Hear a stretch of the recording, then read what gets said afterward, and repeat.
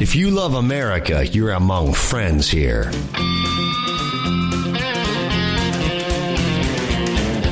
You're tuned in to Rebooting Liberty.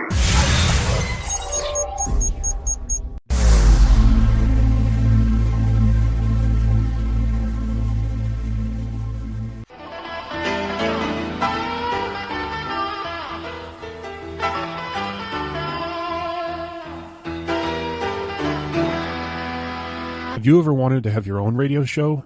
Rebooting Liberty Radio Network currently has openings for live programs. For a very small fee, we will create a show intro, bumper music, and provide technical production for your hour-long show.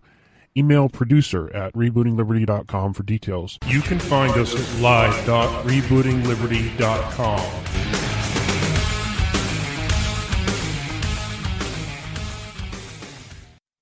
This holiday season, help Soldiers for Stockings improve the morale and welfare of members of our armed forces deployed overseas. Now through November 20th, there is so much work to be done, and you can help in many ways. Download the stocking pattern from stockingsforsoldiers.org and start sewing today. Volunteer to help decorate and assemble stockings. Donate Christmas candies, snacks, nuts, chips, drink mixes, DVDs, books, magazines, lip balm, toiletries, and other items needed to fill the stocking. Or help make packets of snowman soup, hot chocolate, to send along with the stockings. For more information, patterns, and a list of items needed, visit stockingsforsoldiers.org. This holiday season, help send our troops a touch of home. For many, it's all they will receive. All stockings need to be completed by November 20th. So get started today at stockingsforsoldiers.org. That's stockingsforsoldiers.org. Stockings for Soldiers. Sending stockings filled with joy to our soldiers in harm's way for the 9th consecutive year. Are you tired of commuting to a job that makes someone else rich, working harder than ever, but getting nowhere? Do you hate spending hundreds of dollars every week on daycare, having someone else raise your children? With our opportunities, you can start earning money as soon as next week. You get to be the boss, work from home, and live a happier life. At Be the Boss Network, you'll find hundreds of work-from-home opportunities that you can literally start today and be earning money as soon as next week. Go to freedom133.com and start earning money as soon as next week.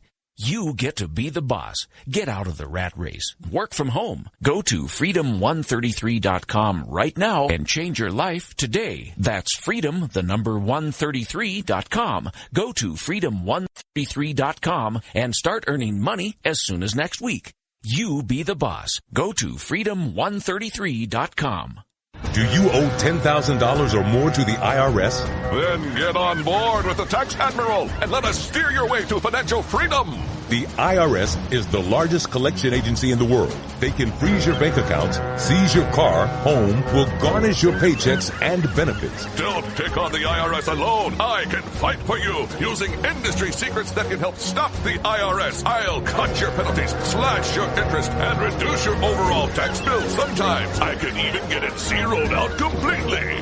We're an A-rated company with over 30 years experience helping people clean up their mess with the IRS. And we have a 95% customer satisfaction rating. If you owe $10,000 or more to the IRS, are facing an audit, a lien, or levy, then call me right away. Call 800-646-6985. Again, that's 800-646-6985. 800-646-6985. 800-646-6985.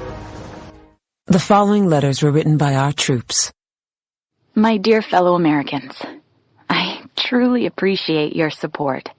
I was starting to wonder if people had forgotten about us over here, but then one of my buddies showed me this website, and now as tears are streaming down my face, I can see for sure that you haven't.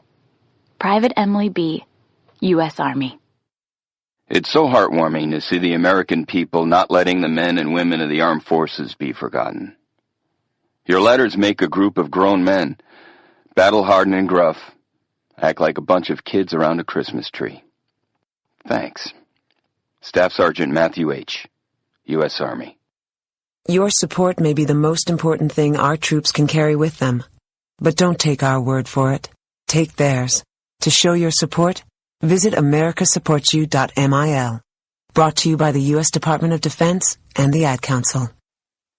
Tired of paying outrageous prices for Viagra? Well, we have great news for you. Now you can finally get Viagra at huge discounts. Healthy Man allows you to save up to $500 on Viagra. Why pay U.S. pharmacy prices of $15 per pill or more when you can get Viagra for less than $3 a pill? Call today and get 40 Viagra pills for only $99. This can cost as much as $600 at your local pharmacy. You can't afford not to call us. If you want Viagra at the lowest prices, never pay $15 a pill pharmacy prices again. Get Viagra for less than $3 a pill. Call 800-595-2614 today and save up to $500 and get 40 pills for just $99. Healthy Man is fast, easy, and affordable. Operators are waiting at 595-2614 to take your call now. Call 800-595-2614. That's 800-595-2614. Again, 800-595-2614.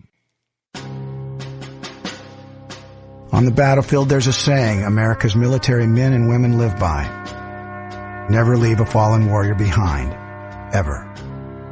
Off the battlefield, Wounded Warrior Project operates with the same goal. We leave no warrior behind. Wounded Warrior Project is a non-profit organization created to help our men and women returning home with the scars of war. Whether those scars are physical or mental, we're here to make sure that they heal. And whether it's helping those with post-traumatic stress disorder live a normal life again, or giving much-needed support to injured warriors in veterans' hospitals. Because no one deserves our help more than the men and women who risk their lives to keep us safe. Wounded Warrior Project. We never leave a fallen warrior behind. Ever. Learn more about what we do at woundedwarriorproject.org. Zinc Media. Feel the power of knowledge.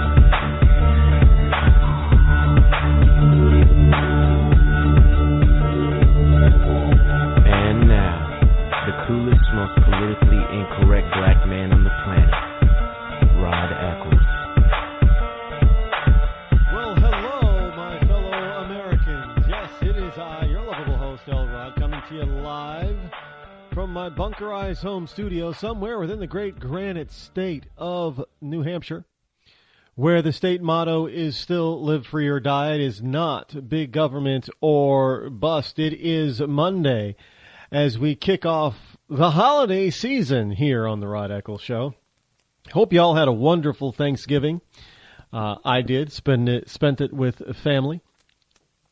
First year without the patriarch, Robert Eccles, at the head of the table. We have to get used to such things, because, he did pass away back in the summer of this year. So we do have to get used to him not sitting in his usual seat, which is always kind of tough when you're trying to do that for the first time. The holidays are when people pass away, the toughest time of the year, I'm told, is that first holiday season, whatever it might be, in the first birthday that they're not around for, and those types of, the special occasions, the special days that everybody considers to be the family days. Well, we got through. We did. We were troopers. We did pay special homage to my father. And we hope that, he's well. We don't have to hope. We know that while he's up there in heaven looking down upon us and smiling upon us, that he is being blessed with unlimitless blessings from the good Lord above. That is a wonderful comfort to know that he is resting in the bosom of our Lord and Savior. Yes, for those of you who don't know, I am a Christian. I don't deny it. Anyway, welcome anyway to the Rod Eccles Show. As we broadcast from my bunkerized home studio somewhere within the great granite state of New Hampshire, where the state motto is still live free or die. It is not big government or bust. And it is Monday, November the 30th, last day of November. Beginning tomorrow is the first day of the last month of the year. The number that you can call here is 603-835-3224. Again, that's toll free, 603-835-3224. And I know a lot of people are talking about the climate change thing going on in good old Paris, which is well, we'll get into that. Plus a whole bunch of stuff. Got a lot to cover today. The Thanksgiving weekend, it's basically 4 days. Thursday, Friday. Well, I guess 4.5, 5 days if you consider either part or all of Wednesday. It is a day that has come down to Americans pretty much engorging themselves tremendously with foods of all kinds. And that we're able to do that because we are, for the most part, a land of plenty. And there's nothing wrong with being in the land of plenty. We are lucky to be here in this nation, the land of plenty, which is a good thing. I'm proud of it. I hope you are as well, because you can get a lot of things here in the United States.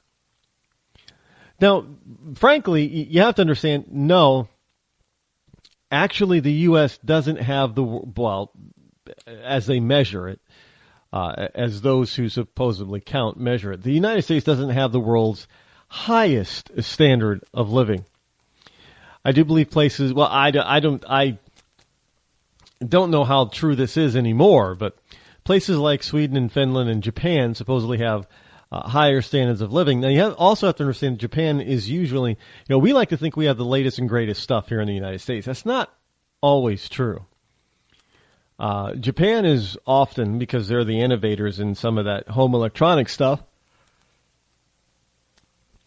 sometimes they're ahead of the curve on some of that stuff. They get stuff before we do. And that's just the way it's been and the way it's always been and the way it's probably always going to be. But that's, unless we bring back our research, development, and manufacturing or personal electronic stuff back to the wonderful U.S. Now, one of the things that you have to understand is that we here in the U.S., we no longer have a large manufacturing base that is based on electronics. It's hard to find something that's electronics that's manufactured in the United States. To be frank, it's hard to find something that is electronics that is actually manufactured in Japan. A lot of times what you'll see is stuff that's made in Taiwan or Korea or China, or now Vietnam is becoming, made in Vietnam is becoming more and more prevalent. And there's nothing inherently wrong with importing goods and products. Look, this is something that we have to understand. We have to understand that some stuff, because of the labor cost here, it's cheaper to have it made overseas and then imported. That's just the global economy. That's the way it's always been, actually. And as the world gets better at its manufacturing processes, improves quality. Because remember, everything that used to come from Japan, including cars, what was it used to be called? We used to call it Jap crap. That's not the case anymore. You know, the cars were throwaway cars, Jap crap. That is no longer the case, obviously. And this is also going to be true of many of our other competitors, if you will. I don't think stuff that's actually manufactured in Vietnam is considered to be, akin to Jap crap. China, well, that's a different story. Depending on what it is, yeah, China is usually considered to be garbage, especially on the much lower price, cheaper products. It's often considered to be junk. But look, they're starting out just like Japan did. No different. And they will, they will get better. That may not bode well for U.S. jobs and the like, but China will get better at manufacturing things. Simply because the world is going to demand it. Whether or not their government forces them to or not. The world is just going to demand that their product, their customer service, their quality, world is just going to demand that it gets better and meets the world standards. Last night I got a chance just to sit back and do nothing and relax and watch a little bit of TV. So I caught 2 movies. No, not on Netflix, on Hulu, actually. A couple of movies on Hulu. Now they were, well, one of them had been on Netflix, but I don't think it's on Netflix now, but it was on Netflix, and I just didn't have time to see it. But the second movie that I saw was one of those, male testosterone types of movies like that's akin to 300.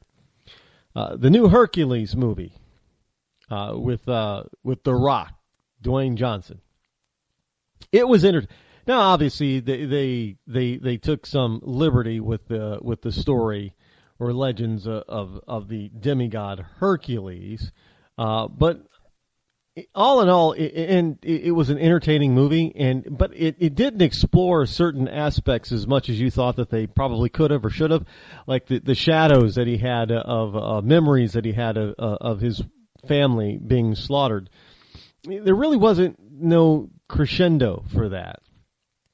There was this small whimpery type of buildup that we kind of thought, well, maybe this is.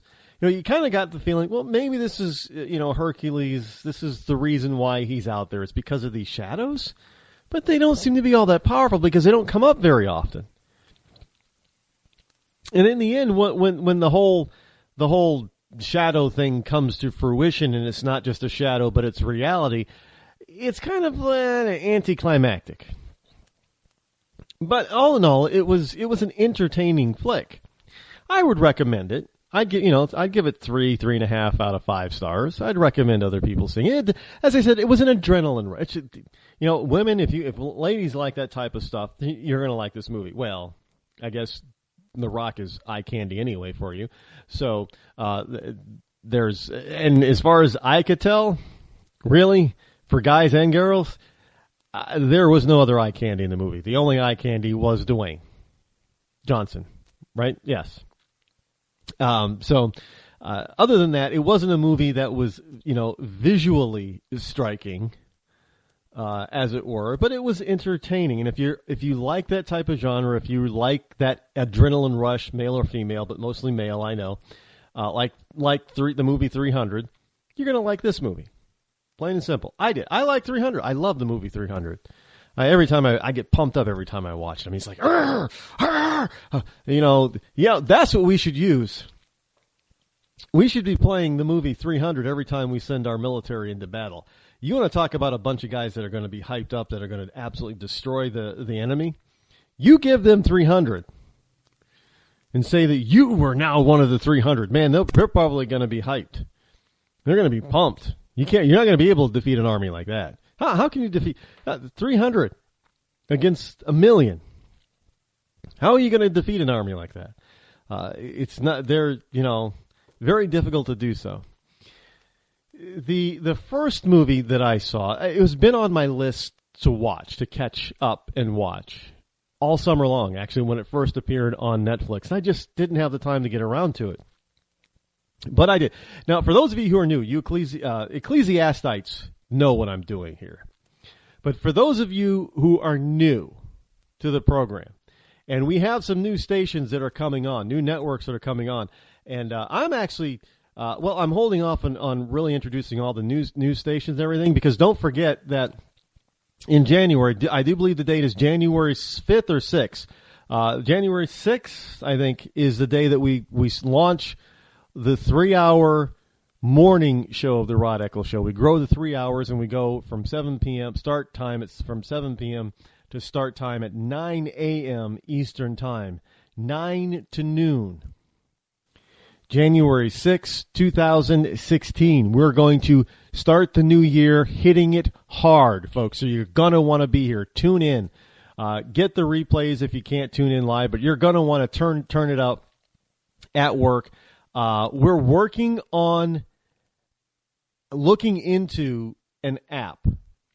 Yes, we're looking into an app. I don't know how to make apps. I really don't. I don't know if I need to learn how to do it. Some people tell me it's really complicated. Some people say it's not complicated. But the issue isn't whether or not developing the app is going to be hard to develop. I don't think it is. But there are two issues with it. How much is it going to cost? And two, can we get it into the apps? How else can we get it? Get it to people. Can we get it to the App Store? Is Apple and Google App Store is going to accept this? We're looking into this type of stuff right now. So hopefully in the first quarter of next year, we will have an app. So you'll also be able to listen to the show off the app. So hold on. I know some people have mentioned it. We're a growing program here. So just hold on. We're trying to get everything that we possibly can done as quickly as we can, but at the same time, we want to make sure that we do it right. I don't want any secondhand kind of garbageola here. We're only doing things first class, so we're trying to get it. We're making sure that we get all our, T's crossed and I's dotted and all that kind of stuff. Making sure that it's done right before we bring it to you, because after all, you're the one that's going to be using it.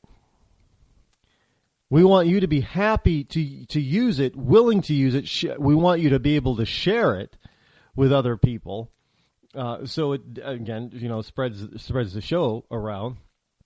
But that's why we try to do things as big as we possibly can, as well as we possibly can, which is why we're going to 3 hours, and on Monday, morning show 9 to noon. Because evening shows are just a little bit tougher, for one. And two, I just don't, my time is like getting really ridiculously cramped. So it frees things up by having it. It's a perfect time. Because you get me before you get, think of this. Your entire day is all set for you. You want to get some true, mostly conservative leaning, talk and entertainment all day long, Monday through Friday. 9 to noon, you have me. Noon to 3, you got Rush, and in many markets, 3 to 6, you got Hannity. You can't ask for anything better than that. That's a good 9 hours of wonderful conservative leaning stuff. You can't. That's your work day. That'll make your work day fly like that, by the way. So anyway. But if you have not tuned in before, if you're new, then you don't know what I'm doing when I'm bringing up all this movie stuff. Ecclesiastites know. So all I'm going to say to you newbies is that you hold on, you stay with me here, because I am making a point, and it is usually a very logical and enlightening point. Now, the first movie that I saw of the two last night, like I said, the second movie was Hercules, and I just watched it for pure entertainment value. But the first movie that has been on my list ever since I noticed it was available on Netflix, and I have Netflix and Hulu and some other stuff. But I haven't had time or chance to really, because it was nearly a 3-hour movie. And I just didn't have the time, and then when I did have the time, I just didn't feel like sitting in front of the TV for 3 hours watching a single movie. Kind of like having to go through Lord of the Rings. Now, Lord of the Rings is different, one of my favorite all-time movies. But, you know, The Hobbit, I haven't bought any of the Hobbit movies on DVD yet, because as good as they weren't the Lord of the Rings, and each one of those movies is about 3 hours long, and I don't know if I want to sit through 3 hours of the Hobbit stuff. But it's the same thing with this movie, which is Transformers: Age of Extinction. Now, it's nearly a 3-hour movie. And, it had some wonderful action sequences. And I mean, it's a Michael Bay production, basically. So you gotta like Michael Bay, I guess. You know, he's done what else is he's done a bunch of stuff. You know, he's big explosions, big action, you know, all that kind of larger than life kind of stuff. Visually striking type of, you know, I mean, you got giant biological robots, basically, what the Transformers are, doing tumble rolls across and the ground doesn't shake, but they're doing these tumble rolls to avoid being shot at and everything, and they don't disturb anything around them. And oftentimes they do this stuff in slow motion. You know, and there's my problem with the movie is that there are a lot of, well, you know, when you're in war, a lot of innocent people do die, but a lot of innocent people in their cars were totally obliterated by the battles. But a lot of slow motion stuff, which, you know, is visually exciting. It's visually appealing. It's not realistic at all the way a lot of these scenes happen, even if they were at full steam, full speed. I know not realistic. But you don't watch a movie for realism. Well, unless you're, you know, going to see one of those boring Oscar-nominated things that people often say that they like to go and see. But for action movies, it's, of course, you're not out there to look at something that's going to be realistic, because, you know, it's, I don't well, like in Hercules, there is a particular character, just in case you haven't seen him, I'm not going to tell you who. There's a particular character in the movie, not Hercules, obviously, that is he's shot like 7 or 8 times with arrows, and yet he's still fighting. Now, I don't think that's really realistic to get 6 or 7 arrows pumped into your torso, your core area, and in your chest, and you're still able to fight. Even if you're on heroin, you know, that's going to be pretty tough. That is going to be pretty tough to keep going. Adrenaline, I know adrenaline can do some great things for people, and then when the adrenaline rush is gone and the adrenaline is spent, then the body realizes, uh-oh. But I don't think being shot with 6 or 7 arrows in the torso, upper body, core area is going to allow you to continue to fight. You know, maybe 1 or 2. You know, but I don't know about that many. But so that's not realistic. Well, I guess maybe if you're a very large person, it might be. But, you know, this person is not very large. He was not very large. But in the Age of Extinction, you know, you had, if you haven't seen it, it's been out long enough for, if you wanted to see it, you probably should have seen it by now. I'm not going to give away the end. Don't worry, I'm not going to be a spoiler. But you have to understand that in this movie, Optimus Prime is ever the wise alien biological robot. I don't know what they're actually called. I think they said so in the movie what they were actually called, but they're living robots, basically. And they're able to do some neat and interesting things. Obviously, again, not very realistic from our current technological standpoint. But ever the wise alien robot, alien life form, ALF, not the TV show ALF. That was hilarious. Whatever the wise alien life form in Optimus Prime. And Optimus, for a while there, did not live up to his name. And I'm not talking about ultimate, optimal, Optimus, optimal, but Optimus as in uplifting. But he was making some very good points about that. And these types of points are very important for people. Often you get movies like this that have this sense of something that's bigger in real life than that's in the movie.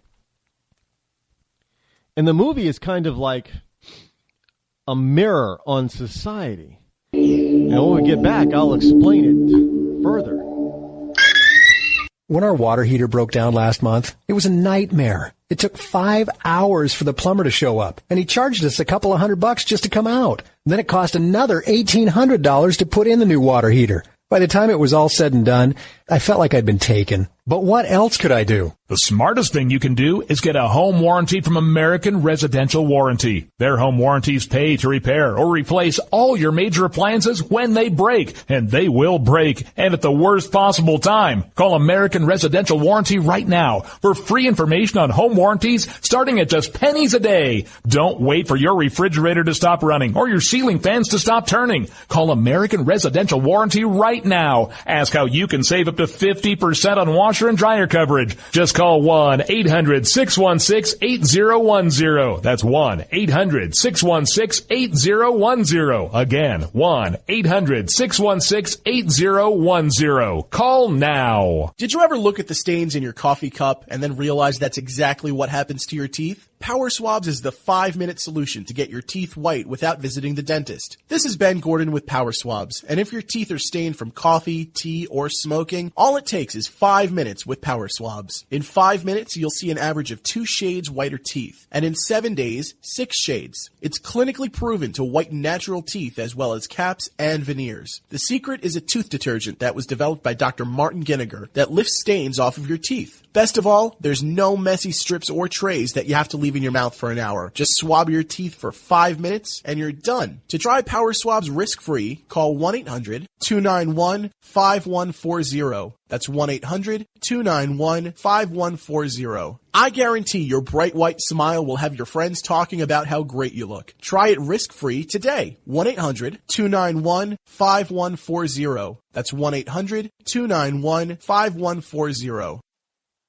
Tired of paying outrageous prices for Viagra? Well, we have great news for you. Now you can finally get Viagra at huge discounts. Healthy Man allows you to save up to $500 on Viagra. Why pay U.S. pharmacy prices of $15 per pill or more when you can get Viagra for less than $3 a pill? Call today and get 40 Viagra pills for only $99. This can cost as much as $600 at your local pharmacy. You can't afford not to call us. If you want Viagra at the lowest prices, never pay $15 a pill pharmacy prices again. Get Viagra for less than $3 a pill. Call 800-595-2614 today and save up to $500 and get 40 pills for just $99. Healthy Man is fast, easy, and affordable. Operators are waiting at 595-2614 to take your call now. Call 800-595-2614. That's 800-595-2614. Again, 800-595-2614.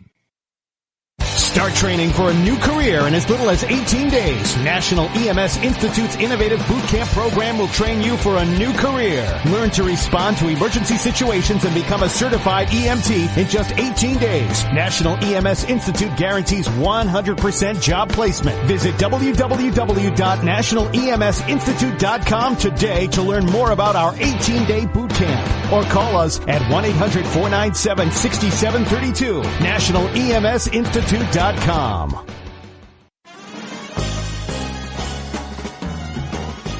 in a boring, low-paid job? By 2017, there will be a shortage of 2 million cybersecurity jobs worldwide. If you have a technical background but don't have a computer certification, you are being drastically underpaid. In months, you could be qualified for a new job in information technology, making real money with real job security.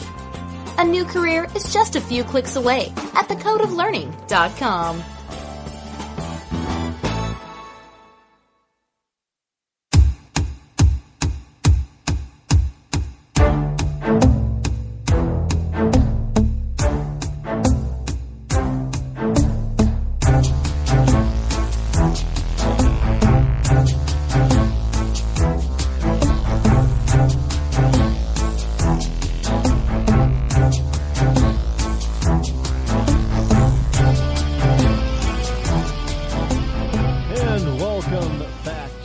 Rod Eccles Show. I am still your lovable host, El Rod. The number that you can call is, as usual, toll-free 603-835-3224. Again, that's 603-835-3224. As I was saying before, I was not so rudely interrupted by the Profit Center break. Yes, we have those here at the Rod Eccles Show. Doesn't everybody on the radio? Anybody who's everybody has their own sponsors and advertisers, right? You got to be somebody. If people want to advertise in your program, and if you do, just if you have a product or service that you want to advertise, contact us. You can go to the website rodeccles.net and find all our contact information. Just contact us. And of course, you should go to the website anyway, even if you aren't looking to advertise with us. There's lots of good stuff over there at rodeccles.net, and it's getting bigger and better. Working on a bunch of stuff, trying to get it all down pat. Again, trying to make it good for you. No, we don't want to throw anything up there that's secondhand or half-hearted. So check it out. Plus, not to mention the fast-growing Facebook fan page, the Rod Eccles Show, Facebook.com/the Rod Eccles Show. You're going to hit 5,000 likes before the end of the year, before this year is out. I am sure of it. Probably hit close to 15,000 followers on Facebook, on Twitter. So yeah, you probably want to at Elrod, E-L-R-O-D, at Elrod or Rod Eccles over on Twitter, which is really kind of cool. In any case, back to Transformers: Age of Extinction. Optimus Prime was not very optimistic about humankind and working with humans because, they basically... the powers that be had betrayed the Autobots. And a lot of the Autobots were killed, taken down, because of a particular man's desire for profit. Now, you have to understand that Optimus he didn't kill human beings on purpose. And, obviously, some of the battles that he had with other Transformers caused the death of human beings. They got collateral damage, if you will. But Optimus was he had to be talked into paying attention and assisting mankind one more time by Mark Wahlberg's character.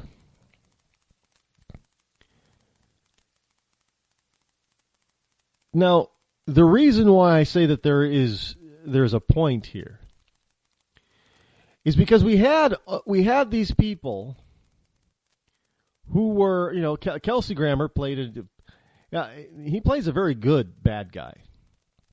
He can be a very cold, calculating type of person.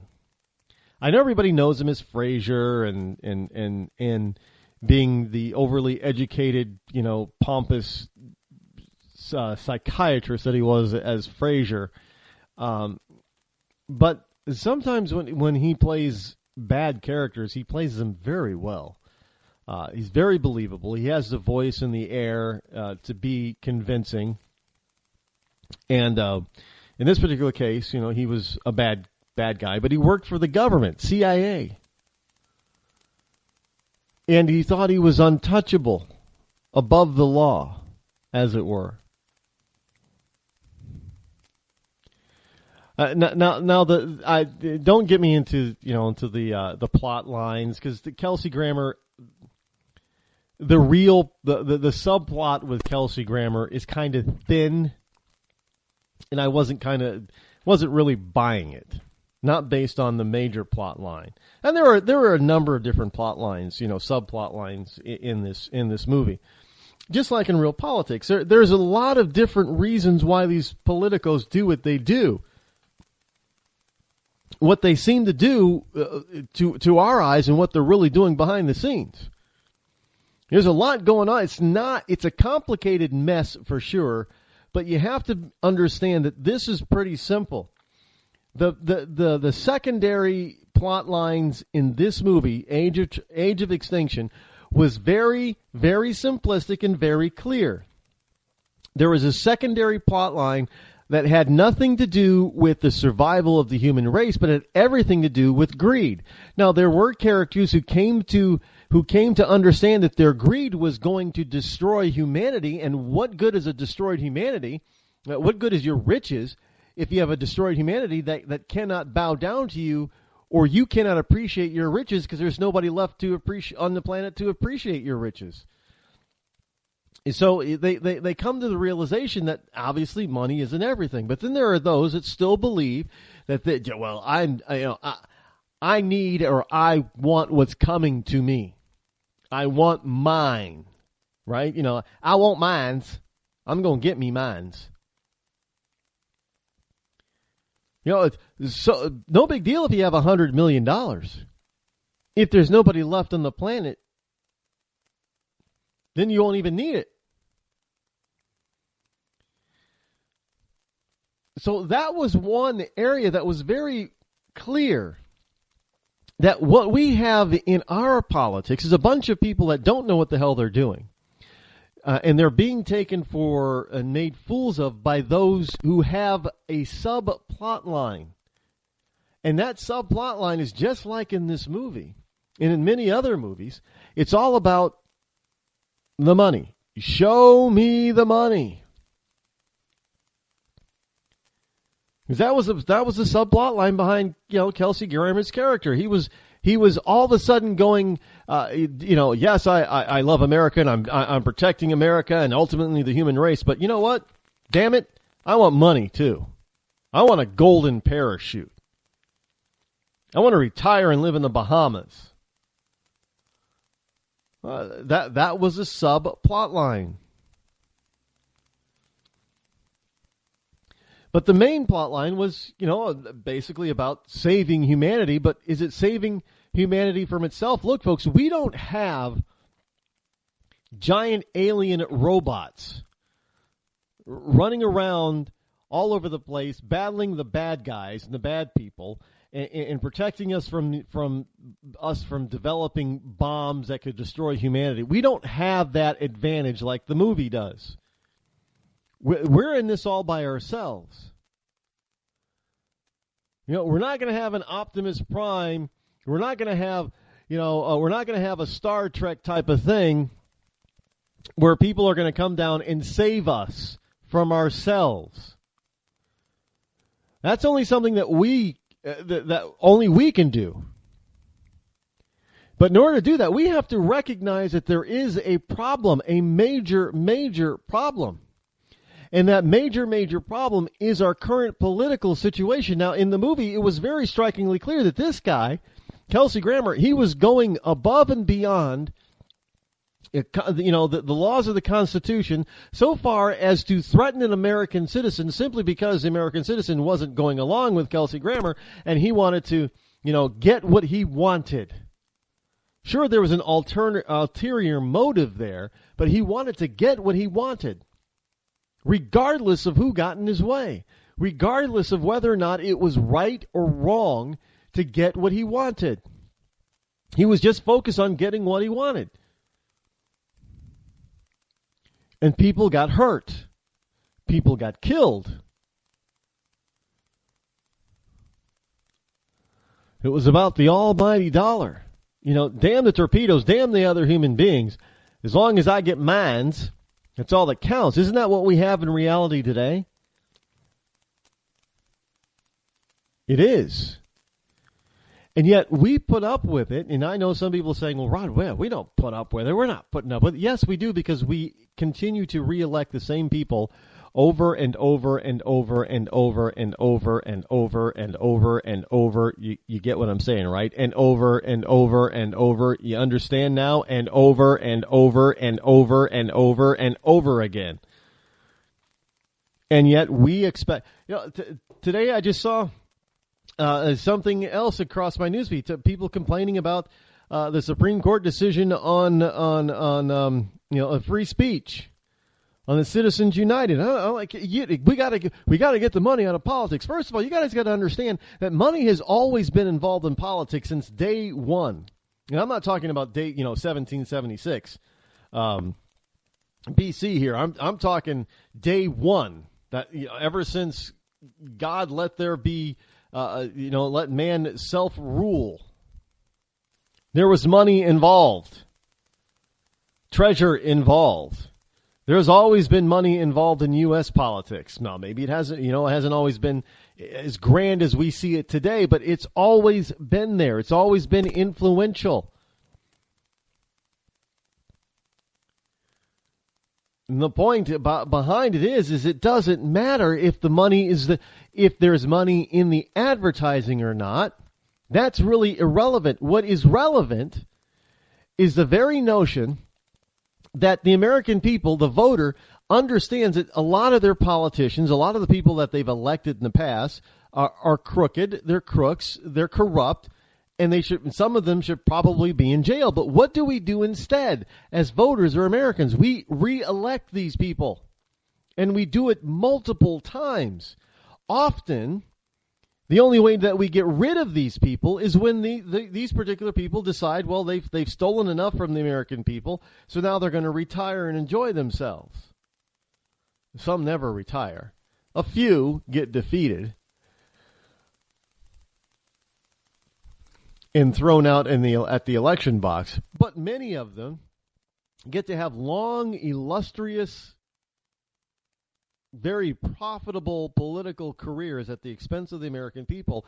And the only reason that they're able to have those careers is because the American people keep electing them. So it is not so much the problem of the money that is involved. Even when there wasn't as much money as some people like to think, especially on the left, it's all Citizens United. So before Citizens United, I guess they think there was no money involved. But we still got the same people in office. So it is money involved.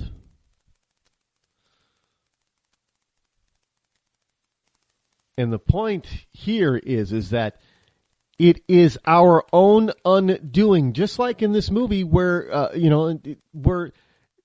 Optimus Prime has to try to save humanity from its own selfish, immoral desires without really thinking things through. We don't have that in reality. We don't have an Optimus Prime, but, well, in a sense that it isn't one entity or one individual. We can have an Optimus Prime, but it is called the collective. Yeah, I know some people are thinking, what, Borg? Borg? It is futile. No, it's not futile. It's not futile to try to change things. It's not futile to understand that you and I are part of the problem. And until we fully understand, it's kind of like going to Alcoholics Anonymous. Until you understand that you have a problem, you're not going to get better. So until the American voter understands that the American voter has a real problem, nothing in politics is going to change.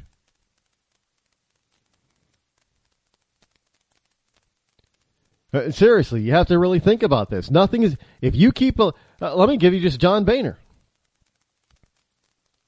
Everybody, including a lot of people in Ohio, were complaining about how mamby-pamby, wimpy, flip-floppy, moderate John Boehner was. John Boehner, man, he is such a wimp, always crying at the drop of a hat. He's not a true conservative. He's a moderate. He's a big government moderate, man, and he sucks. And a lot of Ohioans would say that about him in his district. John Boehner, man, he shouldn't be the speaker. He's just a wimp, man. He's not strong. He's not leading people. He's just awful. And what happens every 2 years? John Boehner gets reelected. Look at it this way. Every 2 years, he gets rehired. So is it John Boehner's fault that it's completely his fault that he's a total wimpy, mamby-pamby, flip-flop, moderate, wannabe conservative Republican? Big government Republican? Well, it's not just his fault. It's the voters' fault for having to re-elect. How many times how many years did he serve? I can't think off the top of my head, but it's the people in his district's fault for re-electing him. All we have to do is turn to the Oval Office and say the same thing. We got people complaining about Barack Obama today, especially him going overseas talking about, hey, this climate change, and we can get rid of that, and we can get rid of terrorism. Telling you, we don't got to kill anybody. While Hollande is over there saying, we are at war. The French are at war with the jihadists. And Obama's, telling the world and Hollande, hey, we don't gotta be at war. It's not really terrorism. It's all because of this global warming, all this climate change. If we take care of the climate change, then we get rid of some of this, the global warming, and we get rid of some of the, what you call terrorism. You're just people trying to survive. That's all it is. If you're just trying to survive. It kind of reminds me of the fluffy thing. Gabriel Iglesias. One of his comedy routines. Everybody think that everybody in the Middle East is angry. We go around angry. We have scowl on our face like we angry. We just angry all the time. We not angry. We hot. And it's hot down there because of what? Global warming. But how did we get to this point? Well, here in the United States, I don't know about the rest of the world, but here in the United States is what I'm concerned about, is we get to this point constantly and try to have to fight back all these different regulations that are going to be coming forth from the EPA and other government agencies that have to do with the environment. And we wonder how we get this stuff. And everybody, it's kind of like, Obamacare. Everybody, well, how do we get Obamacare? Nobody likes Obamacare, but yet and still we re-elected the guy who was the chief architect behind pushing Obamacare. And, we don't believe in global warming as a nation, and we don't believe that we're the major cause of it especially, but yet we re-elect a person who believes that it is your and my fault, every single one of you 320 million Americans out there trying to live your daily lives. It is your fault that we have global climate change. The president has said so, and he's going to make you pay for what you have done to the climate. And yet you're going to go and re-elect him. Does it take a lot of money for you to realize that you made a mistake the first time? You knew it. This is why I don't buy into the Citizens United thing one way or the other. Because we as a people, we knew where this guy stood. And I still see these memes. Well, if the press had done their job and vetted this person. So maybe the first time around that was right. But after 2 years, we all knew what this guy was about. After his first 2 years in office, we knew exactly what he was about. Yet 2 years after his first 2 years in office, we gave him another term. That had nothing to do with Citizens United. That had nothing to do with money in politics. That had everything to do with, for whatever reason, the American people thinking, okay, yeah, we know this guy's a jerk, but, we'll vote for him anyway. I don't understand it. I don't get it. That's why even if there is an Optimus Prime floating around in the outer space out there looking down on us, well, maybe they're worth saving. No, they're going to be looking at us. No, they're just idiots. Humans are stupid. Humans are just redonkulously idiotic and illogical. They know they have a problem. They know they need to fix that problem. And they know where the problem originates, and yet they have this notion that they call themselves democratic and they freely elect these people to represent them and do their bidding, and yet they re-elect the same people every single 2 or 4 or 6 years who go against their will and do exactly the opposite that what they want, the voter wants. Look, you get the government you deserve. You get the government you vote for.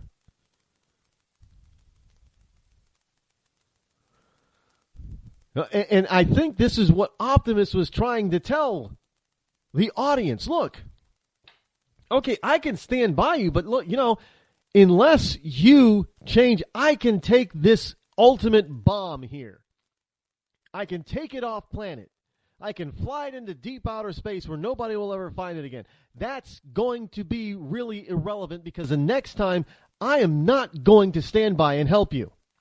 I'm not going to help you anymore. He was flat out not going to help you. Because you're the ones that keep doing the same damn thing over, and haven't we been down this, Optimus Prime was saying, haven't we been down this road before? We saved your butts in the last movie, and then now you're hunting us down and killing us to where there's only 4 or 5 of us left. And now you want to tell me that you need our help. And if we help you again, all you're going to do is turn around and do the same stupid things. Why are we risking our lives to save you when you cannot save yourself?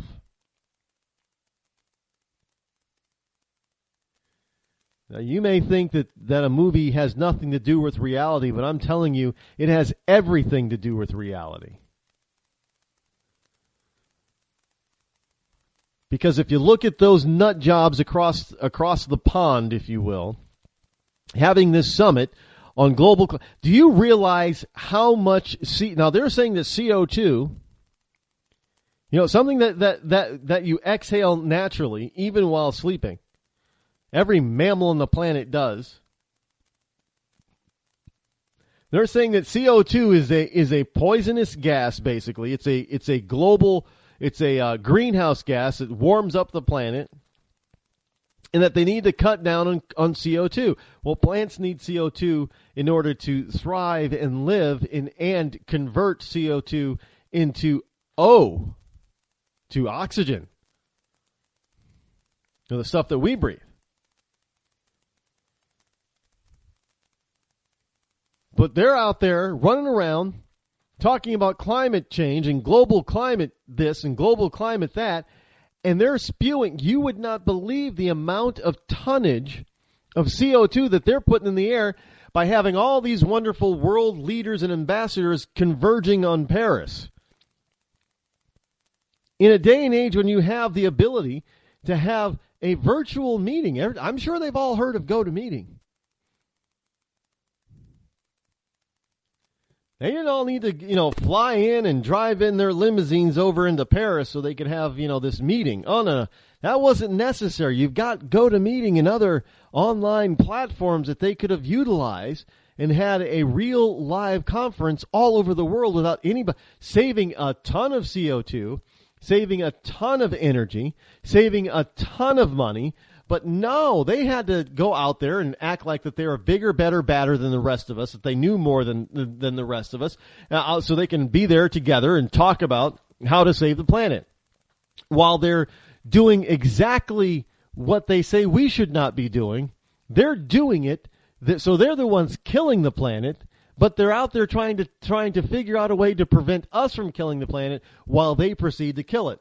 And you know what's going to happen is you're going to get back here in the United States. You're going to have all these wonderful leftists and moderates that say, oh, the president, he's trying to save the planet.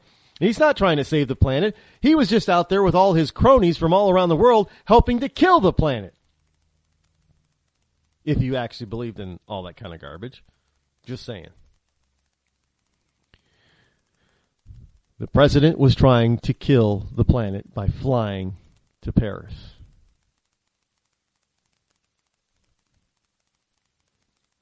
That's all the movie was saying. That was its major plot. Its major underlying... Why should we risk our lives, our Transformer lives, our Autobot lives, to save you who refuse to save yourselves because you put yourselves back in these situations time after time after time after time after time? It seems like humanity never, ever learns from its history or its mistakes.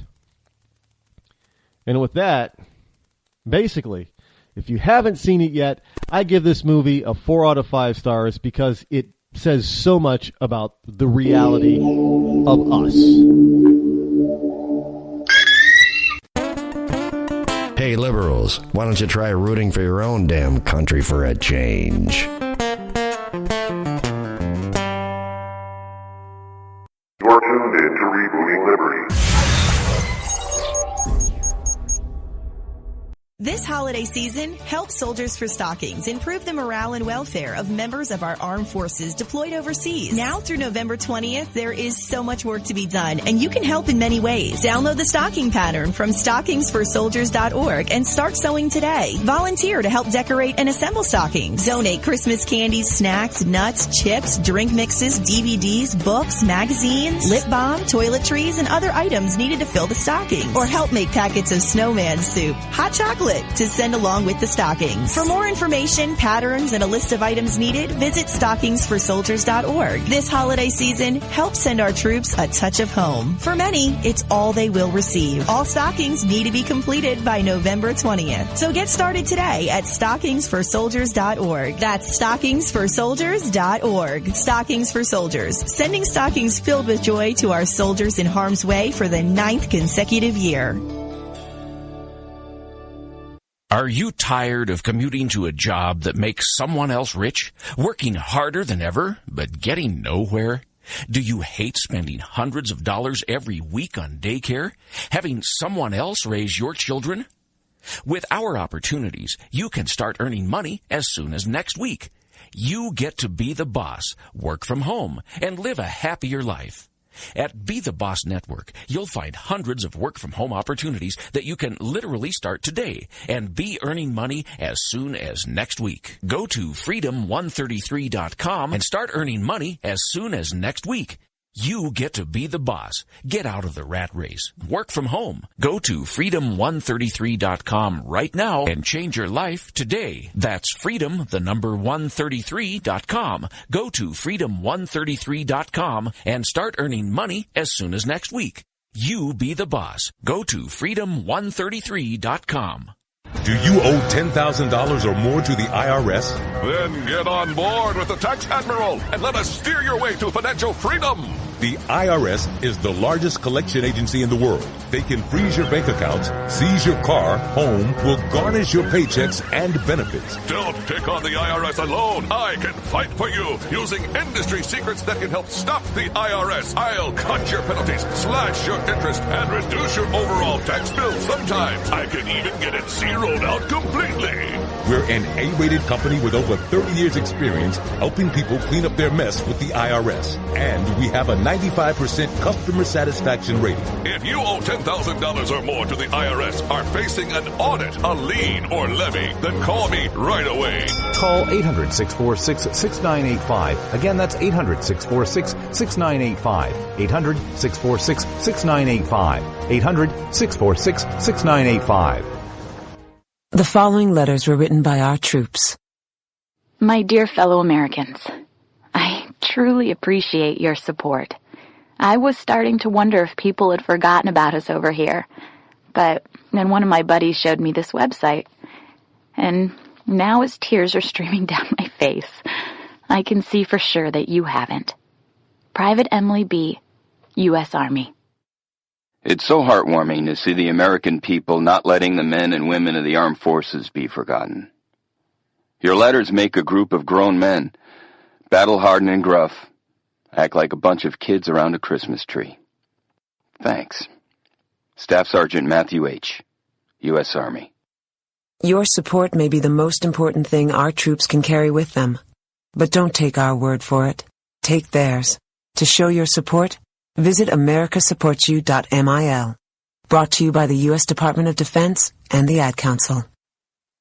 Tired of paying outrageous prices for Viagra? Well, we have great news for you. Now you can finally get Viagra at huge discounts. Healthy Man allows you to save up to $500 on Viagra. Why pay U.S. pharmacy prices of $15 per pill or more when you can get Viagra for less than $3 a pill? Call today and get 40 Viagra pills for only $99. This can cost as much as $600 at your local pharmacy. You can't afford not to call us. If you want Viagra at the lowest prices, never pay $15 a pill pharmacy prices again. Get Viagra for less than $3 a pill. Call 800-595-2614 today and save up to $500 and get 40 pills for just $99. Healthy Man is fast, easy, and affordable. Operators are waiting at 595-2614 to take your call now. Call 800-595-2614. That's 800-595-2614. Again, 800-595-2614. On the battlefield, there's a saying America's military men and women live by. Never leave a fallen warrior behind. Ever. Off the battlefield, Wounded Warrior Project operates with the same goal. We leave no warrior behind. Wounded Warrior Project is a non-profit organization created to help our men and women returning home with the scars of war. Whether those scars are physical or mental, we're here to make sure that they heal.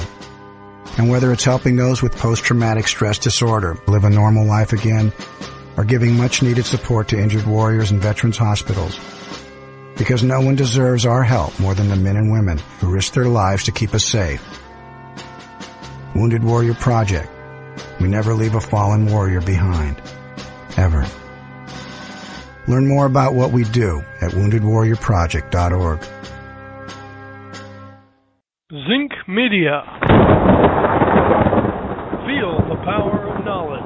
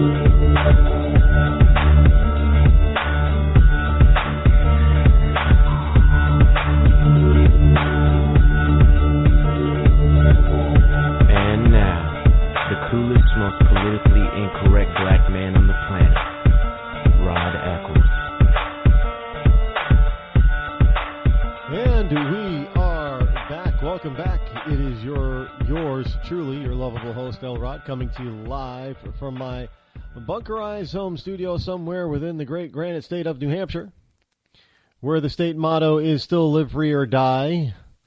It is not big government or bust. And the number that you can call is still toll-free, 603-835-3224. That is the number, should you wish to pony up to the phone bar and give us a call. Speaking of environment, new EPA rules are about to come out. New ethanol requirements could hurt your car engines. Few vehicles in the USA can currently use the E15. About 6% of vehicles on the road can use E85. Which is 85% ethanol and 15% gasoline. Why? Do you know what ethanol is made from corn? Now E85 is 85% ethanol. E15 is 15% ethanol. So more ethanol will be added to the nation's. This is from the WashingtonExaminer.com, by the way. More ethanol will be added to the nation's gasoline supply under new requirements. And current vehicle engines, up to and including 2016 models, can't handle it. This is something that the EPA confirmed earlier today. The updated renewable fuel standard increases the amount of biofuel, mainly corn ethanol, in the nation's gasoline supply to 18.11 billion gallons in 2016, up from 16.93 billion in 2015. That has angered oil industry groups and consumers who are concerned about pushing past the blend wall, the point at which a car's engine is damaged by burning too much ethanol.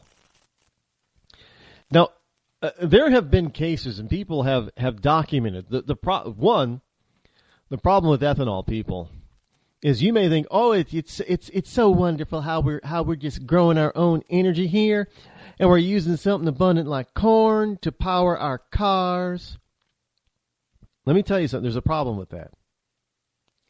They've done testing, and the current engine technology is actually so good that the amount of what we're at, like E10 right now, 10% ethanol is mandated in regular gasoline. Well, that 10% reduces the energy out. See, because ethanol doesn't have the same energy output as gasoline. So it reduces the total energy output of the gasoline by a certain percentage. That also means in turn that your car, which is designed for optimal fuel advantage and fuel savings and economy, is not being achieved because it's not designed for ethanol, because it has a totally different heat signature and energy signature than gas. So what that means basically is, and to put it in simple terms, your car is not, if you're running, E10 ethanol in your gas right now, which I think just about everywhere in the USA, you have to have you can't get anything but E10. It's 10% ethanol. But that means two things are happening to your car. One, you're not getting the ultimate gas mileage. Gallons per mile type of thing, miles per gallon type of thing. You're not getting what your engine could get. Today's engines in most vehicles are vastly more efficient and superior than anything that was produced even 10 years ago. It's incredible how well these things actually work, but they're hindered by the fuel that you put in them. In this particular case, is ethanol crap. Now, two, with that said, because the cars have to be designed for mostly gas engines, so that it has to be geared and engineered for the gasoline. That doesn't leave room to engineer the thing at the same time for this ethanol garbage. And what happens is that's damaging your engine and shortening the life of your car's engine. Now, this stuff has been tested and proven. There's no getting around it. And yet they want to up this because they have this notion that, they're trying to save the planet. And they think that ethanol is a way to save the planet. No, it's not. It's ruining the planet because it's taking us more. It takes more gasoline and ethanol. Let me just put it this way. If you had 100 gallons of E10, ethanol and gasoline, it would take, to get the same energy, about 120 gallons of just regular gas. In other words, you're actually spending and buying more fuel to go the same distance as if you just use gasoline alone. So there is no savings. In fact, it's a loss for you and me. It's a loss.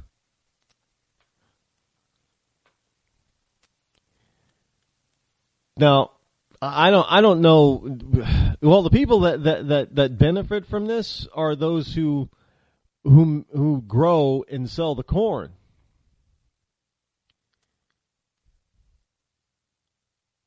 Nobody else. Money. Now, Janet McCabe, acting assistant administrator for the EPA's Office of Air and Radiation, said the new standards reflects Congress's will. Now, see, that's the problem. There is no Congress. There is the will of the people. It is not the will of Congress. It is the will of the people. The people of this country do not want this crap. It doesn't work. What? Oh, y'all are not hearing me. What part of this do people not understand? It is not the will of the president. It is not the will of Congress. It is the will of the people, because we live in a democratic republic, which means we are self-governing.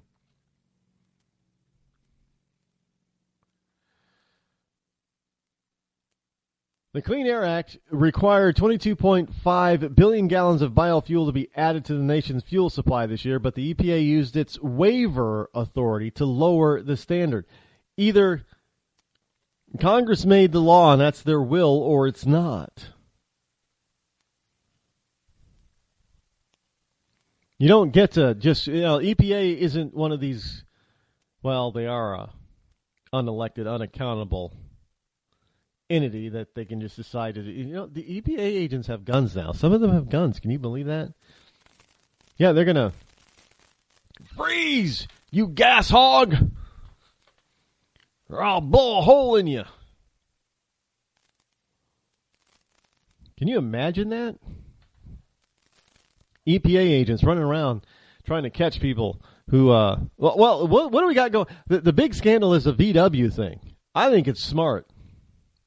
I think it's hilarious. You have VW who well, they kind of got caught, I guess. Who made they had some very slick, smart engineers and programmers. Now, I can't believe that this is a rogue act on anybody's part at VW. I'm not buying it.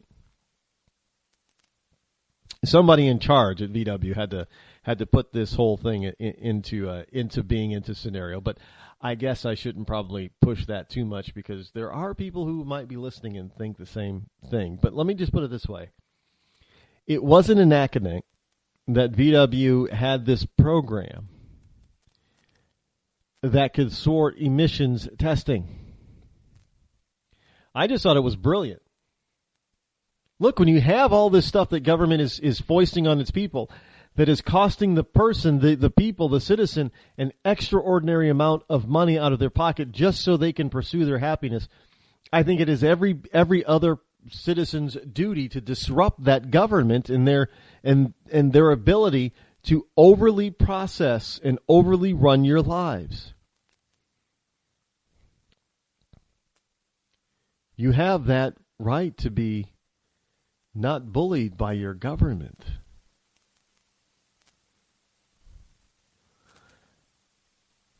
Now, the EPA said officials believe that the new standard will require more production of gasoline with 5% and 10% ethanol to match higher demand as gas prices stay low. So that's the other thing. Gas prices are too low. They want to make them higher. The only problem is that when gas prices go back on the rise, notice they don't cut. Hey, let's raise the tax on a gallon of gas because it's so cheap. But they don't cut the price of the tax once the gas prices get up there again. They don't lower them. It's all about taking money out of your pocket. Look, there is a tremendous, I know we hear this all the time. Bernie Sanders is out there talking about it constantly. This massive transfer of wealth. And yeah, I know what he's talking about. The 1% are getting all the money, man. Well, there is a massive transfer of wealth that is happening right now. And it is the government taking the money out of every American's pocket and sticking it in their own pocket. And I know some of you might be thinking, well, government can't be putting money in their pocket, Rod. Yes, they can. And each individual officer, yes, they can, and they have, and they do.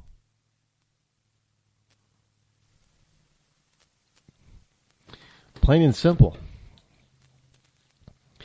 What we're seeing and what the RFS is intended to push is increased use of those fuels and increased availability of those fuels. But those fuels are useless, worthless, and they only serve to do two things. Raise the price and raise the price. Raise the price of gasoline and raise the price of corn futures. That's what it does. Doesn't help out. Doesn't make the still getting CO2 in the atmosphere, not making it cleaner.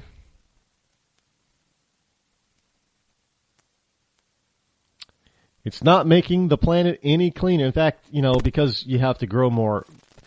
I think it's kind of interesting that we have all these wonderful people, even in this country, who are starving. They're starving. Oh, the kids are starving. People are starving, man. And we're taking a humongous annual yield out of our corn supplies and making fuel to make our cars go out of it. That seems like it's pretty fair, huh, liberals?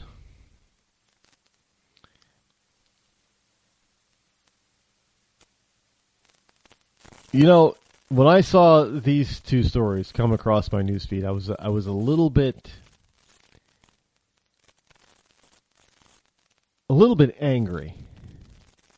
But I already knew the numbers to this. But here's one from CNS News story. CDC reports 76.4% of aborted babies in New York City are black or Hispanic. 76.4% of aborted babies in New York City are black or Hispanic. Whatever happened to Black Lives Matter? Sorry, you Latinos. No, man, you didn't have a Latino man's Latino Lives Matter, man. No.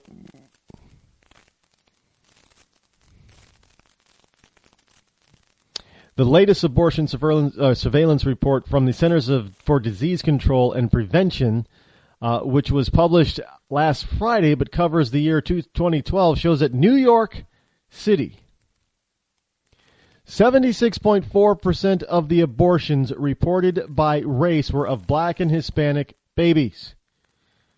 Now, if you don't think that there is a genocide going on right now, and don't tell me, well, it's Black Lives Matter, and it's white privilege, right? It's just this white privilege that keeps going. No, it's evil liberal idiocy that is leading to this.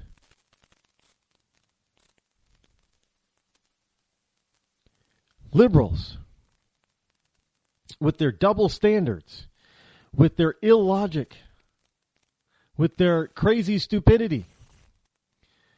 Now, the data from the CDC shows that there were 699,000 abortions reported to the CDC in 2012 from 47 states in the District of Columbia. California, Maryland, and New Hampshire did not report their abortion numbers to the CDC. Now, why California didn't? I know because, hey, it'd be like proving that you're a murderer. I don't know why Maryland and New Hampshire didn't. Don't know. I'll have to ask my state why they're not participating in this. The CDC also got the numbers from New York City broken down by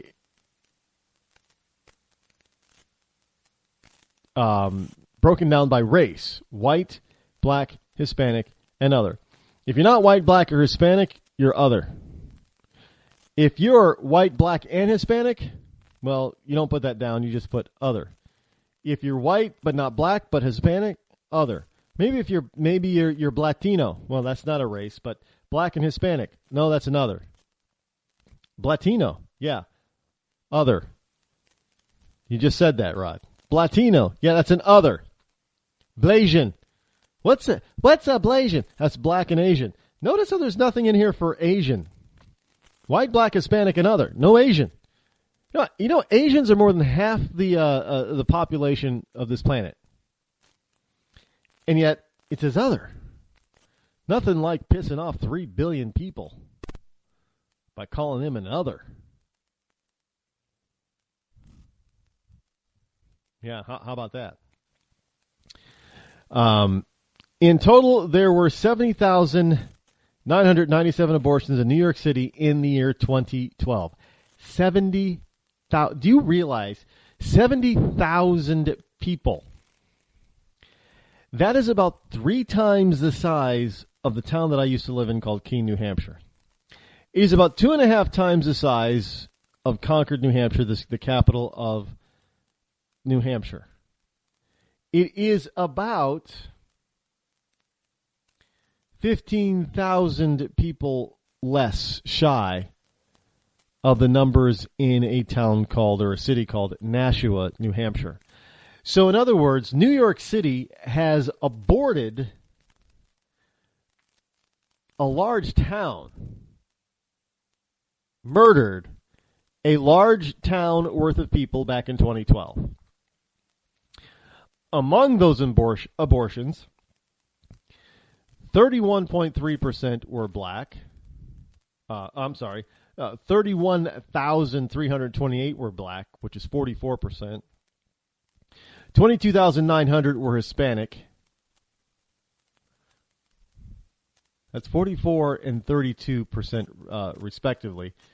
That equals about 54,245 abortions, or 76.4% of the total number of abortions in New York City in 2012. There were also 9,700 white babies aborted, 13.7, and 7,048 other babies aborted in New York City in 2012. And people say, well, Rod, it's okay for abortion. It's a women's health issue.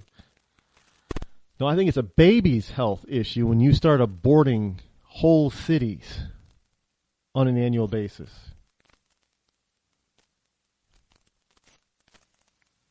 Think about that. You're aborting an entire city.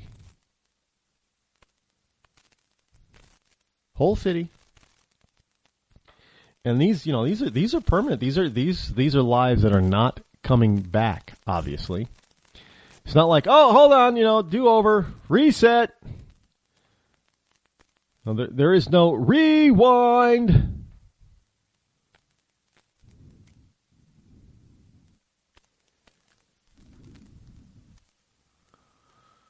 But we're told over and over again, this is just, this is about women's health issues, Rod. It's women's health.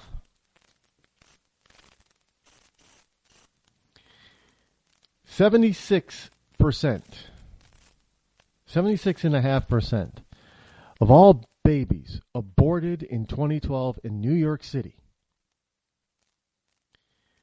were of brown babies. Listen to you, Black Lives Matter. 55.5% of all babies aborted in New York City in 2012 were black. Now, I got to ask I don't know how you're out there talking about, well, this white cop shot this black guy when you got doctors of all skin colors pulling out babies from their mommy's womb simply because the mother decided that she didn't want to go through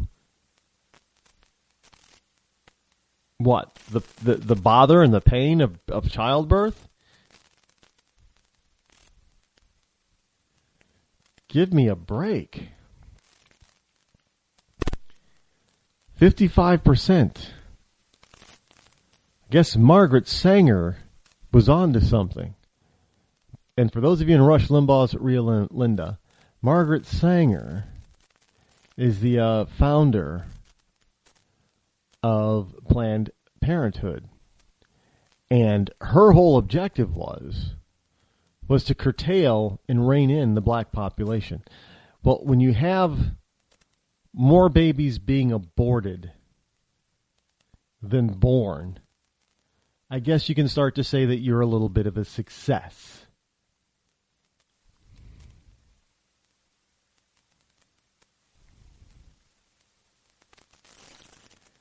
I mean, how redonkulous or ridiculous is that to have that many people aborted? Miami Herald. A county ethics commission sues Hialeah mayor for trying to pay a $4,000 fine with pennies. I kid you not. The mayor, Carlos Hernandez. You won't believe what the ethics commission and the city council is demanding. The commission is demanding of this mayor. And we will get to that as soon as we get right back. Hang in there, folks. We're not done.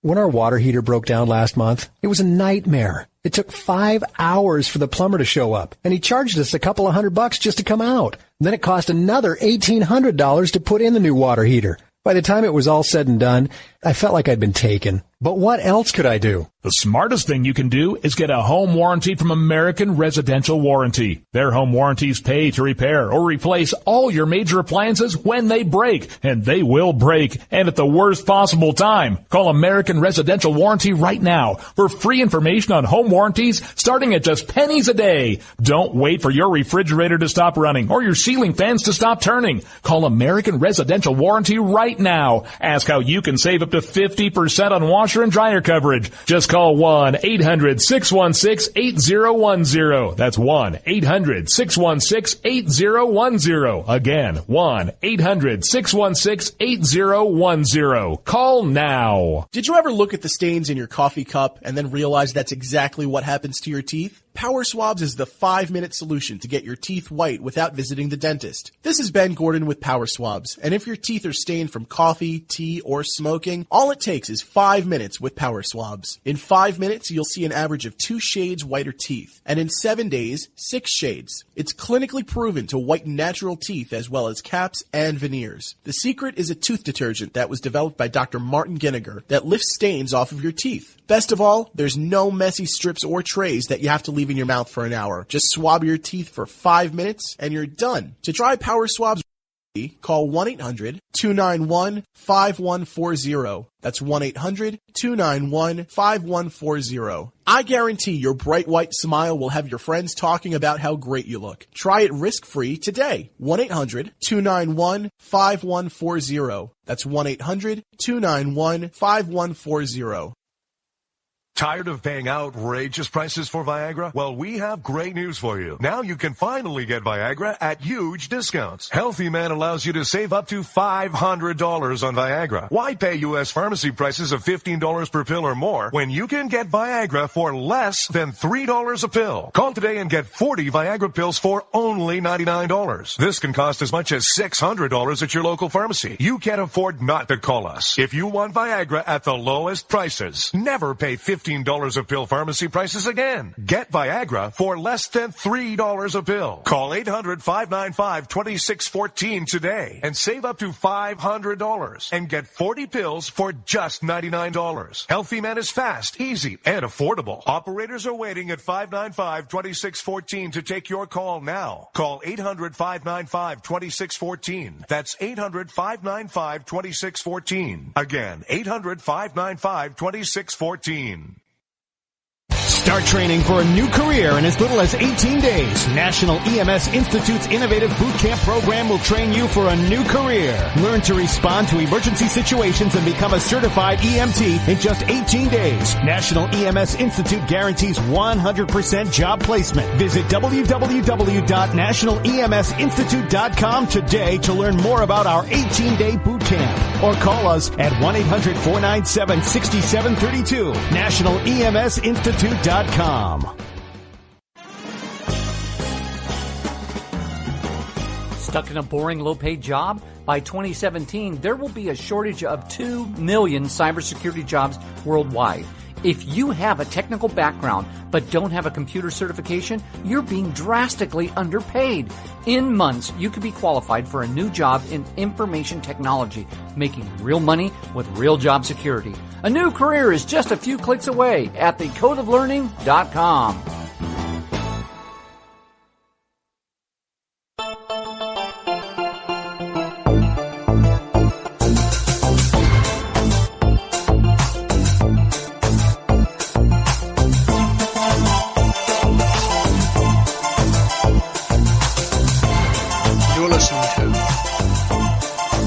The Rod Eccles Show.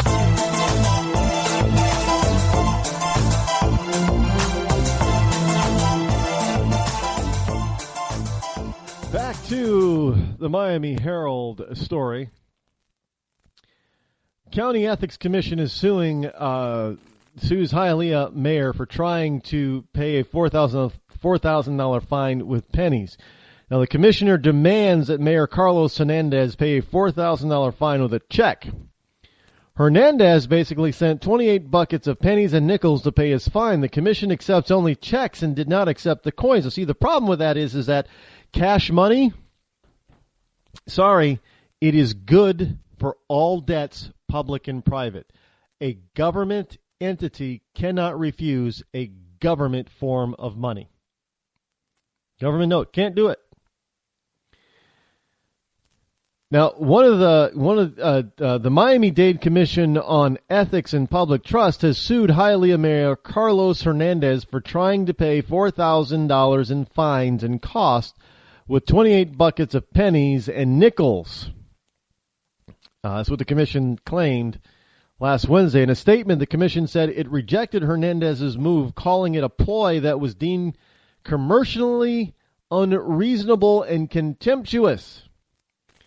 The mayor, accompanied by several television crews, disregarded a requirement to pay in check and instead delivered 360,000 coins last month. A small claims complaint was filed in the county court. A hearing was set for December 9th to address the mayor's noncompliance. Now, Hernandez's office did not respond to El Nuevo Herald's request for comment on the panel's decision. The mayor has called the complaints against him a political circus and described members of the commission as clowns. He said, "We try to pay with U.S. currency, and it makes no difference whether they are pennies or nickels, but the coins were not accepted," Hernandez told El Nuevo Herald earlier in the month. "They can go to court if they want, but they're going to have to show why a public entity does not accept its own country's money." Now, the commission ruled back in July that Hernandez lied to citizens in both Spanish and English about his charge of usurious interest rates on a $180,000 loan to jewelry salesman Luis Felipe Felipito Perez, jailed in a massive pyramid scheme fraud. And the panel fined the mayor $3,000 plus $1,000 for the cost of the investigation.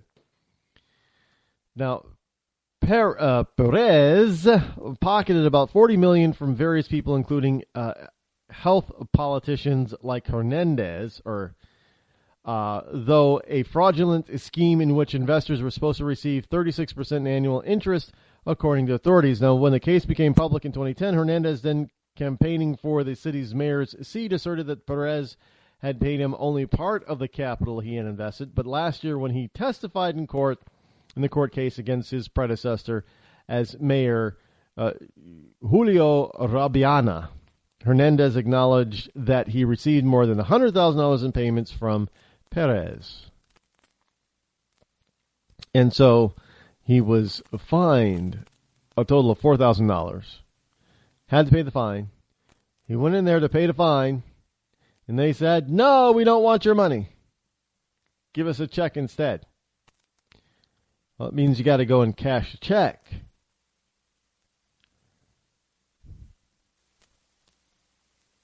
So why would they not want to take cash if it's going to cost them?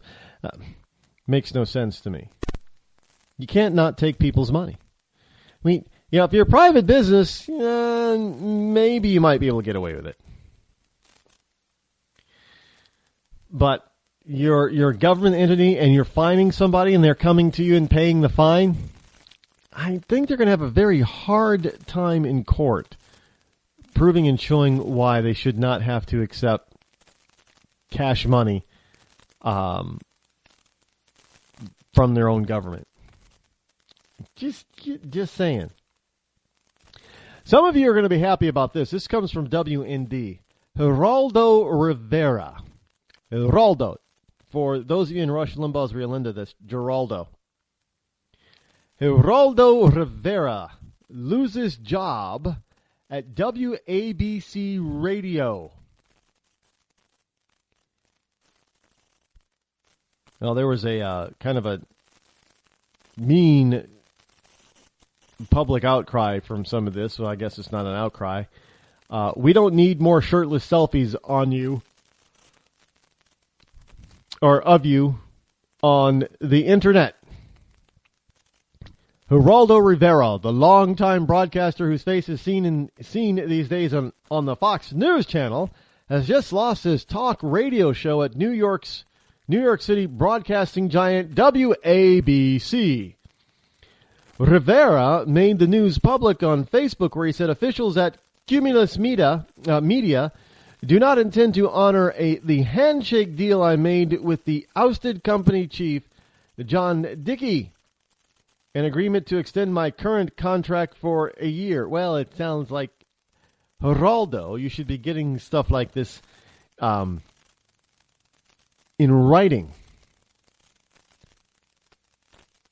There's a picture of him here on WND. He's got very nice hair. Is that really his hair? Is anybody? How old is Geraldo? I'm not sure. I don't. Not that I really care, but he's got really nice hair. It's like strands of gray in there. The salt and pepper thing going. It looks kind of shiny, very healthy. He's got that. What kind of a mustache is that? He's always had it, as far as I can remember. I've never liked it, but the hair on top of his head, he looks really good. Now his face looks kind of washed out with all the powder and makeup he's got on, but his hair looks really nice. Yeah, he's getting up there in age. I don't know, but he made it public on Facebook. Oh well, there you go, Geraldo. I don't think anybody's really upset about that. Really, that Geraldo is not going to be coming down for WABC anymore. Well, at least soon anyway. No, his contract was not renewed. This is from the Daily Caller. Wisconsin. That's somewhere in the middle almost the middle. If you go to the Mississippi River, for those of you in Rush Limbaugh's Rio Linda, find the Mississippi River. And then if you follow the Mississippi River from Louisiana going all the way, I think it cuts by, Wisconsin is on the right side of the Mississippi because the Mississippi curves. Doesn't it start? I used to be pretty good in geography, but right now I'm having kind of like a brain fart. The Mississippi actually starts in Minnesota, if I'm not mistaken, right? Or does it start in a Dakota? And it winds its way down. In any case, Wisconsin.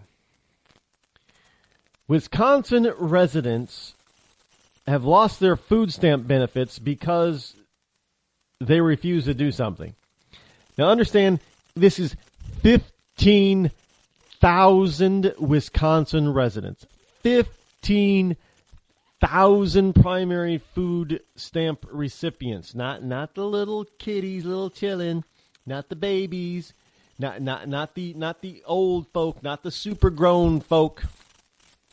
But regular working age residents, 15,000 of them have lost their food stamp benefits because they refuse to seek out employment,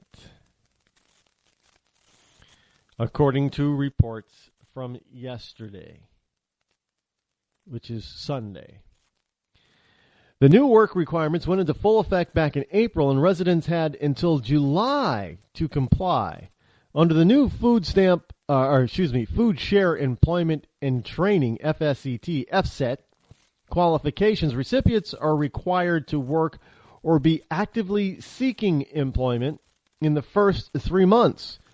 The 15,000 recipients were dropped from the program, reports the Wisconsin State Journal. And you know the liberals are all upset about that. You can't make them look for a job. You can't make them look. Why not? They're not supposed to be comfortable living on this type of stuff. This is an emergency situation for them, for each individual. Now the FSET program was created to help guide able-bodied adults back into the workforce or put them on the path to gainful employment while remaining on food share. So said Republican State Representative Mark Bourne. According to Wright, Wisconsin, so far we have seen thousands of individuals follow the FSET program and secure employment as a result.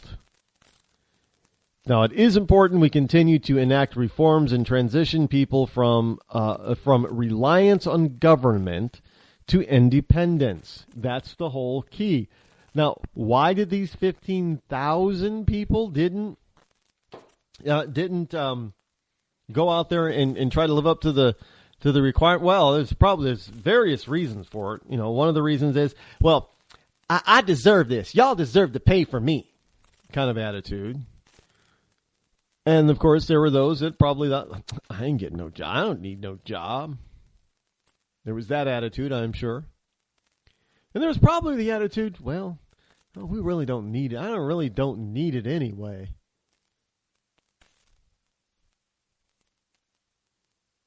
Trust me, those are the main reasons. The new rules required able-bodied adults without children to work at least 80 hours a month or be actively seeking employment. Now, 80 hours a month is basically 20 hours a week. It's part-time. Go get a job at Burger King.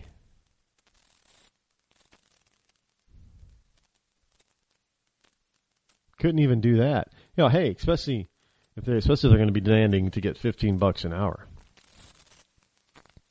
Now, the federal government used to require similar requirements, but began granting waivers to states in response to the 2007 recession. States like Louisiana have let their waivers expire. Other states have also considered doing the same. The food stamp program is officially known as the Supplemental Nutritional Assistance Program, or SNAP. It is run by the United States Department of Agriculture in partnership with state agencies. While many were dropped, approximately 4,500 recipients in the state were able to find work through a new job training program. Roughly 770,000 state residents receive food stamps.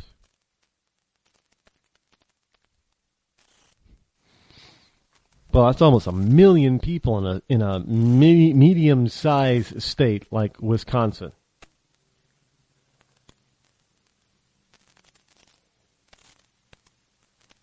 We're supposed to feel like we're supposed to. Oh, good grief! There's a video that just flashed across my screen about Sean King. For those of you who don't know, Sean King is one of those white people that try to pretend to be black. I can't, and they, you know, their relatives and their parents come forward and say, no, there was a woman that was like that too. There ain't no black in our family. And they're like, I'm black, man, I'm black. You know, no, you got a good tan, but you ain't black. Here's something that was kind of interesting. Sweden Dateline Sweden, 14,000 illegals disappear without a trace. Yes, 14,000 people that were on the list or rolls to be deported and sent back disappeared in Sweden. They don't know where they went. You know, we're starting to see that here in the United States. People are disappearing, coming over, you know, refugees, that type of thing. You know, supposedly we're tracking them, they disappear.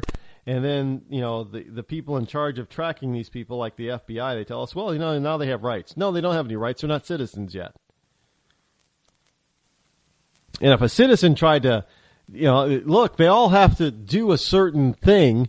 They all have to remain where they're placed. If you were a parolee and you tried doing that, oh, they would hunt you down. But, you know, hey, refugee, potential terrorist, no big deal. No big deal at all. Let them disappear. Now they've got 14,000 missing in Sweden. And they don't know what to do about it. Well, I tell you what, you start sending the rest of them back. You don't invite any more back in. San Francisco Chronicle. This is now. Remember this story here. Now, see this right here. This is why I don't want to go back to San Francisco. As much as I like the city, as much as I like the attractions, you know, the Golden Gate and Alcatraz and the waterfront, the wharf, and all that, and that kind of thing. I don't want to go back to the city proper of San Francisco. You know, I could spend all my time in Sausalito, really, but I don't think there was a hotel in Sausalito, which is right across the bay. You know, the bridge, the Golden Gate Bridge connects Sausalito and San Francisco. On one end is San Francisco of the bridge, and the other end is Sausalito, basically. But I don't recall there being. Now, I had this. I got a picture of it, of this wonderful wine that I had in Sausalito, and I don't think I can get it here. Now, I'm not a really big white wine fan, but it was a white wine. It was quite lovely. But that's not the issue here. Issue here is San Francisco is becoming a complete. Now, it is one of the top tourist destinations in our country. Now, can you imagine people going to this city and thinking that this is what the rest of the United States is like? This is representative of the United States as a whole? But San Francisco is one of these ultra-liberal run cities that they're destroying themselves. It's absolutely unbelievable. But here's the story. Complaints skyrocket over syringes on the streets in San Francisco. Now, when I was there, and it's now going on 3 years since I was there last, I have never seen so many homeless people in my entire life. Just out in the open. All kinds of them. Some of them clearly had mental issues. And some of them didn't have any mental issues. They were just probably down on their luck, or they just chose to be on the street.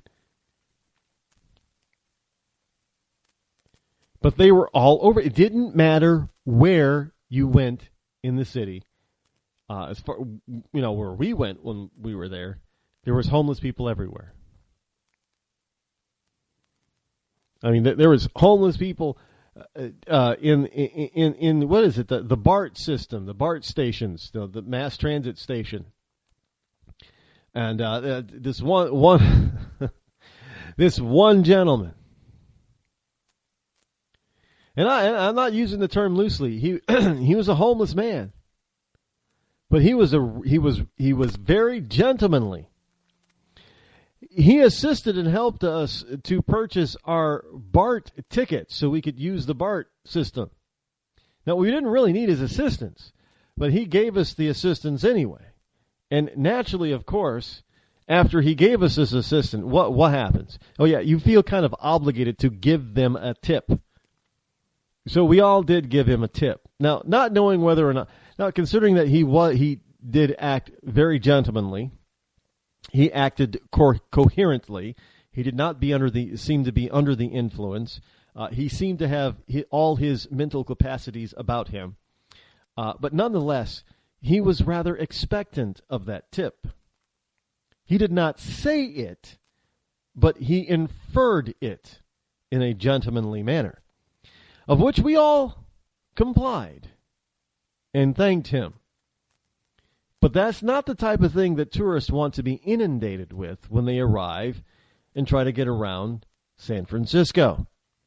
The last thing that they want to see when walking in San Francisco, of course, you're not walking in the streets in your bare feet, but still, you don't want the potential of syringes, used needles lying all over the place.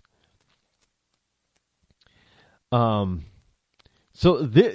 and this is a liberal city. Remember, this is a sanctuary city here where illegal immigrants, illegal aliens are free on the streets to kill and maim and rob legal citizens within the city.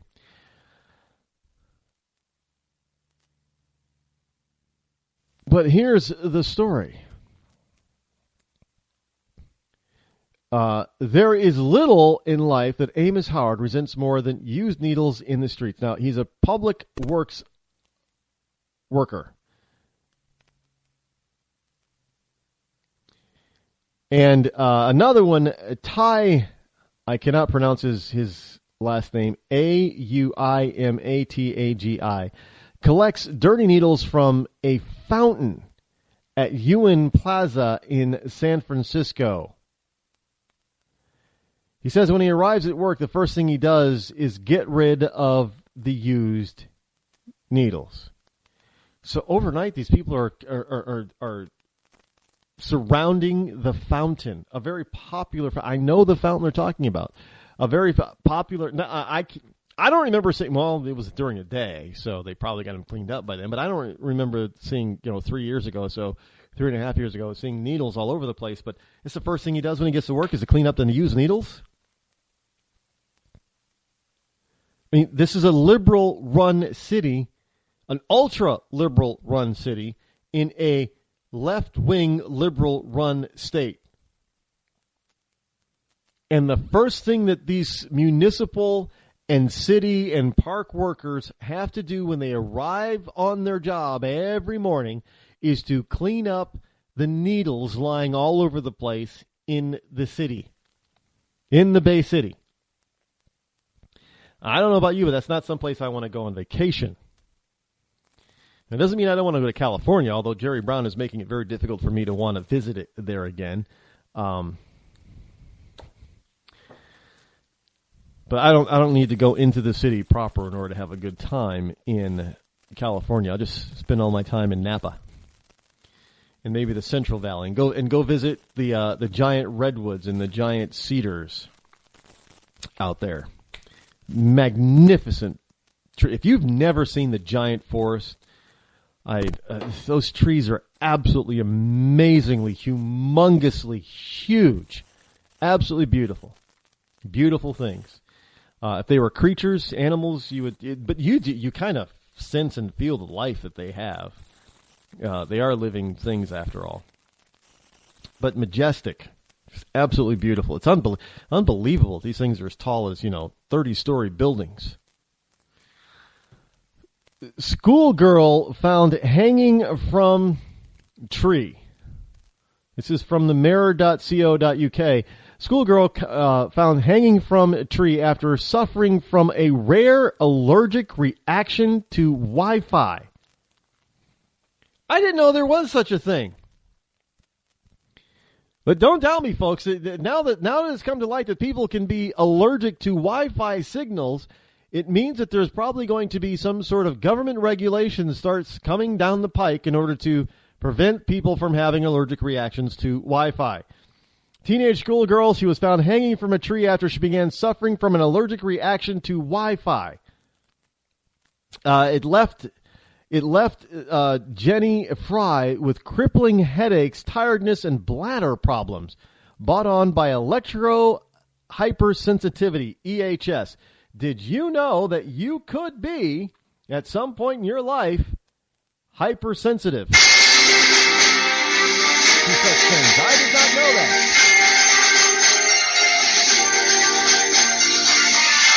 Well, we are out of here, folks. We will see you again tomorrow. Until then, have a wonderful night. I'm Rod Eccles. I'm out.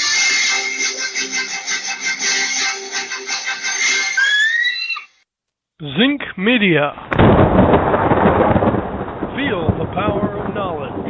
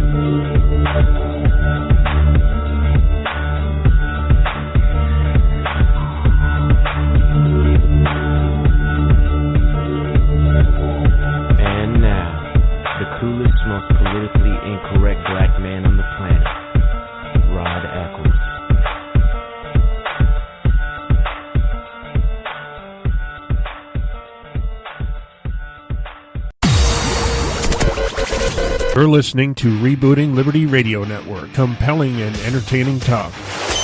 Don't touch that dial.